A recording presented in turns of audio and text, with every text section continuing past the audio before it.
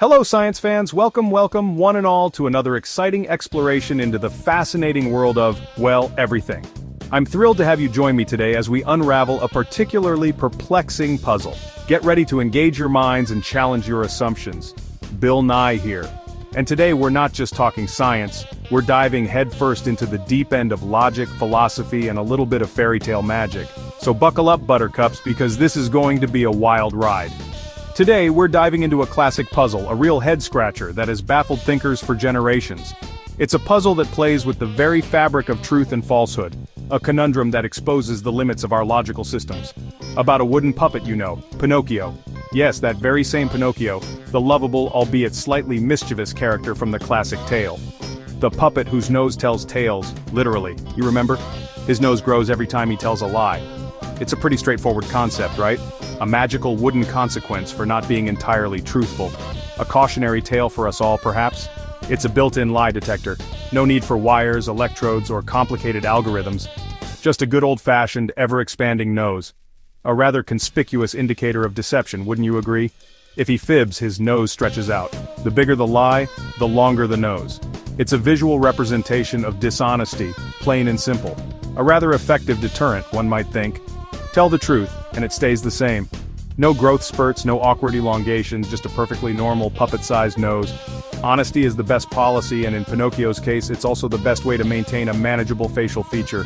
Seems simple, right? A clear-cut cause and effect. Lie, nose grows. Truth, nose stays put. Elementary, my dear science enthusiasts. But hold on, because things are about to get a whole lot more complicated. But what if we could break this system with a single sentence? What if we could introduce a statement that throws the entire truth-telling mechanism into disarray? Are you ready to witness the logical equivalent of a system meltdown? Imagine Pinocchio says, with all the sincerity a wooden puppet can muster, "My nose will grow now." Think about that for a moment. Let it sink in. What happens next? Is he telling the truth or is he lying? This is the crux of the matter. This is where the gears of logic start to grind and spark. Suddenly the rules get tangled. The once clear guidelines become a twisted mess of ifs, ands, and buts. His nose is supposed to grow for lies, not truths. That's the fundamental principle. That's the bedrock of the entire Pinocchio nose-growing phenomenon. But this statement creates a feedback loop. Logic can't handle it.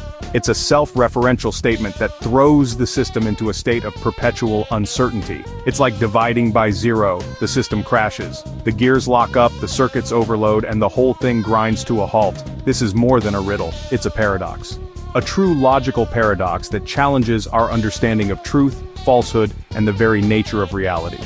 A paradox is a statement that seems to contradict itself, a statement that defies easy categorization and challenges our intuitive understanding of the world, leading to an impossible outcome, a situation where no matter how you slice it, you end up with a logical contradiction. Pinocchio's simple sentence ties logic in knots. It creates a Gordian knot of reasoning that seems impossible to untangle. It's a logical traffic jam right on his face, a standstill in the flow of reason, a roadblock on the path to understanding. Why is this so confusing? What is it about this seemingly simple statement that throws our minds into such a tizzy? Because the rules break down. The very foundations of the system crumble under the weight of this paradoxical statement. This is the heart of a paradox, the point where our assumptions about how the world works are challenged and overturned. A situation where our usual ideas of true and false just don't work. The scales of justice are thrown off balance, and the distinction between truth and falsehood becomes blurred. Pinocchio's nose isn't just a fairy tale, it's more than just a whimsical story about a wooden puppet and his ever-growing nose. It's a gateway to understanding how logic can sometimes break. It's an invitation to explore the limits of our reasoning and to question the assumptions that underpin our understanding of the world. So let's put on our thinking caps. Let's sharpen our minds and prepare to delve into the fascinating world of paradoxes. We're about to explore why this puzzle is so delightfully confusing. We're going to unravel the threads of logic and see where they lead us, even if it's to a place of delightful bewilderment. Ready? Let's go. Let's embark on this intellectual adventure and see what we can discover about the nature of truth, falsehood, and the wonderfully perplexing world of paradoxes. Let's break down the two possible outcomes for Pinocchio's statement. If he's telling the truth, his nose should grow. But his nose only grows when he lies, so it shouldn't. If his nose doesn't grow, then he lied, so it should grow. Either way, we hit a contradiction. This is the core of the paradox. No matter what, the rules collapse. It's like the barber who shaves everyone who doesn't shave themselves, who shaves the barber. These self-referential loops create logical dead ends. Pinocchio's statement is a perfect example of a paradox built from self-reference. That's what makes it so fascinating. Pinocchio's paradox isn't alone, it's part of a family called liar paradoxes. The classic, this statement is false. If it's true, then it's false. If it's false, then it's true. It's a logical seesaw, no stable answer. These puzzles have stumped thinkers for centuries. Pinocchio's version adds a physical twist, a growing nose. It makes the paradox feel real, and a bit funny. These paradoxes challenge the idea that every statement must be true or false. Sometimes logic just can't decide. That's why they're so powerful. They show us the limits of our reasoning, and they make us question what we think we know. All from a puppet's nose. Why do paradoxes, those mind-bending statements that seem to contradict themselves like the classic liar's paradox or Zeno's paradox, break our brains? What is it about these logical conundrums that causes our cognitive gears to grind to a halt? It's a question that has plagued philosophers and mathematicians for centuries. It's fundamentally because of the law of the excluded middle, a cornerstone of classical logic. This law dictates that for any given statement, it must be either true or false. There's no in-between, no maybe, no room for ambiguity. It's a binary system, a digital switch with only two positions. In essence, every statement, every proposition, must be definitively true or definitively false. This principle underpins much of our reasoning and decision-making processes. We rely on it to build consistent and coherent systems of thought. But Pinocchio's paradox, where Pinocchio states, "My nose will grow now," refuses to fit neatly in either box. If his nose grows, he lied, making the statement true. But if the statement is true, his nose shouldn't grow, creating a contradiction. It's a logical loop that defies simple categorization. It's a rogue statement, an outlier that challenges the very foundations of our logical framework. It's a wrench thrown into the gears of our mental machinery. And ultimately, logic, as we traditionally understand it, simply can't handle it. It's a system overload, a critical error in the code of reason. The secret ingredient, the key element that unlocks this logical impasse? Self-reference. The statement refers to itself, creating a closed loop. When a statement refers to itself, it creates a loop, a recursive cycle that bounces back and forth without ever reaching a stable truth value. It's like trying to divide by zero in mathematics. It's like two mirrors facing each other, generating an infinite reflection, a never-ending image that stretches into the abyss. Most sentences don't do this. They refer to external objects or events. But paradoxes, by their very nature, are designed to be self-referential, to turn inward and examine themselves. They reveal the cracks in our logical systems, the limitations of our ability to reason about everything, especially when things get circular. It's like finding a bug in a computer program, a flaw in the code that causes the entire system to crash. By studying these puzzles, by grappling with these contradictions, we learn where logic breaks down, where its assumptions fail, and where its boundaries lie. And that helps us understand truth not as an absolute and unwavering certainty, but as a more nuanced and contextual concept. It deepens our understanding of language, the tool we use to express and communicate these truths and meaning, the very essence of what we're trying to convey. Paradoxes are stress tests for our minds, pushing our cognitive abilities to their limits and forcing us to confront the inherent complexities of thought. They show us the limits, the boundaries beyond which our current systems of logic and reasoning can no longer operate effectively. And paradoxically, they also reveal the possibilities, the potential for new and more sophisticated ways of thinking about the world. They illuminate the ever-evolving nature of logic, demonstrating that it's not a static and immutable set of rules, but a dynamic and adaptable tool. And that's why they matter. They challenge us to think more deeply, to question our assumptions, and to expand our understanding of the universe and our place within it. You might wonder, do paradoxes matter in real life? Absolutely. Self-referential rules pop up everywhere. Imagine a law that says, all city laws must be approved by the committee. But what about that law itself? Or a sign that says, please ignore this sign. These loops can cause real confusion.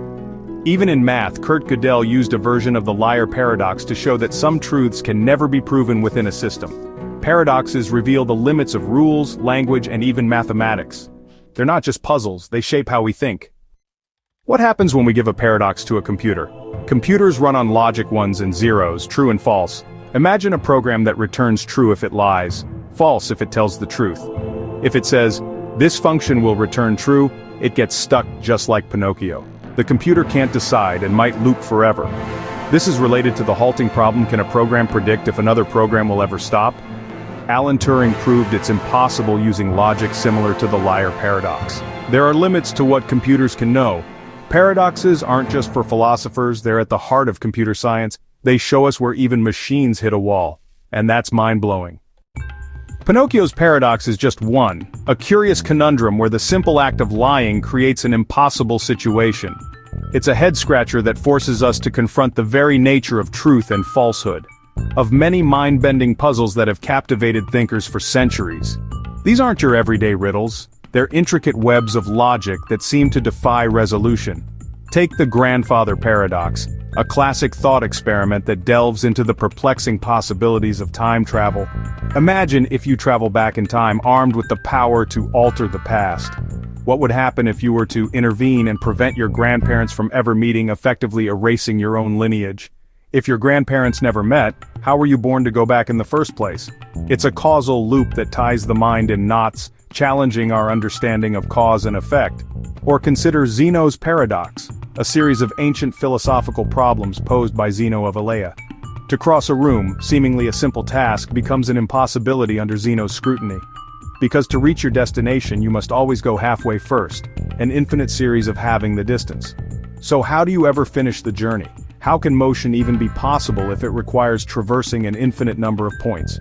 These puzzles force us to question our most fundamental assumptions about space, time, and reality itself. They show that reality isn't always as simple or straightforward as it seems on the surface. Paradoxes pop up in physics, challenging our understanding of the universe at its most fundamental level. They also appear in philosophy, forcing us to grapple with abstract concepts, and in math, where they expose the limits of our logical systems. They challenge us to think deeper, to push the boundaries of our understanding, and to confront the unknown, with courage and curiosity.